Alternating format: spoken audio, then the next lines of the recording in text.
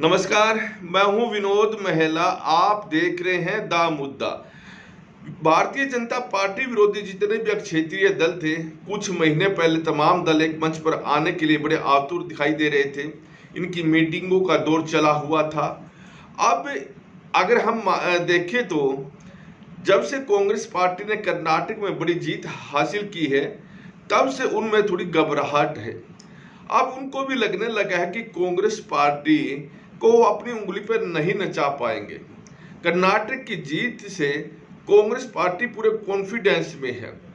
खैर, अगर हम आज के जो पश्चिम बंगाल की मुख्यमंत्री हैं ममता बनर्जी, उन्होंने आज एक बहुत बड़ा बयान दिया है और उसके बयान के बाद ये लग रहा है कि इनमें जो तकरारबाजी है वो आने वाले समय में बढ़ सकती है। दरअसल ममता बनर्जी का कहना है कि कांग्रेस पार्टी को पश्चिम बंगाल में चुनाव नहीं लड़ना चाहिए लोकसभा का।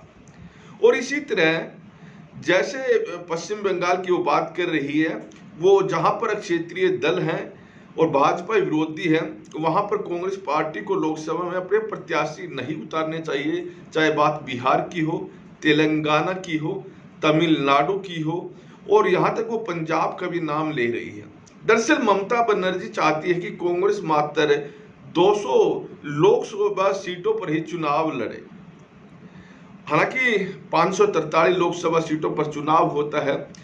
ममता बनर्जी का कहना है कि क्षेत्रीय दल जहां मजबूत है, वो भारतीय जनता पार्टी को टक्कर दे सकते हैं। अगर कांग्रेस वहां पर अपने प्रत्याशी को उतारेगी तो हाँ, विपक्ष का वोट बढ़ जाएगा और इसका फायदा भारतीय जनता पार्टी को होगा।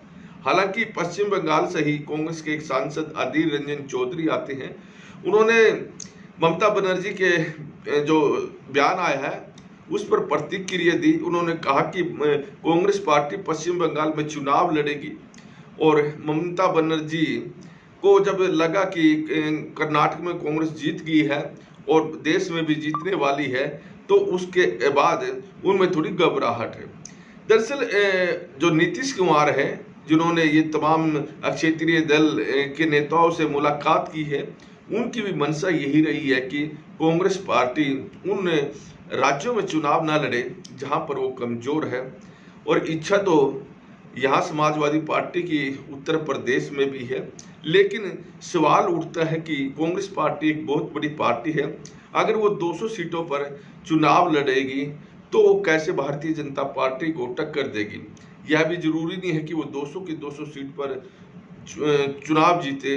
और जहां तक की बात ममता बनर्जी का कहना है कि कांग्रेस पार्टी को कर्नाटक में, महाराष्ट्र में, गुजरात में, छत्तीसगढ़, मध्य प्रदेश और हरियाणा राज्यों में अपने प्रत्याशियों को उतारना चाहिए। दरअसल अब कांग्रेस शायद ही ममता बनर्जी हो या नीतीश कुमार हो, उनकी सलाह को माने। अगर कांग्रेस ने ऐसा किया कि भविष्य में उनका संगठन भी कमजोर हो जाएगा और आने वाले दिनों में उनकी राह और ज़्यादा मुश्किल हो जाएगी। खैर, अब देखने वाली बात रहेगी कि आने वाले दिनों में कांग्रेस पार्टी और जो ये तमाम क्षेत्रीय दल हैं जो भारतीय जनता पार्टी विरोधी हैं, क्या ये एक मंच पर आ पाएंगे। हालांकि संभावना बहुत ही कम दिखाई दे रही है।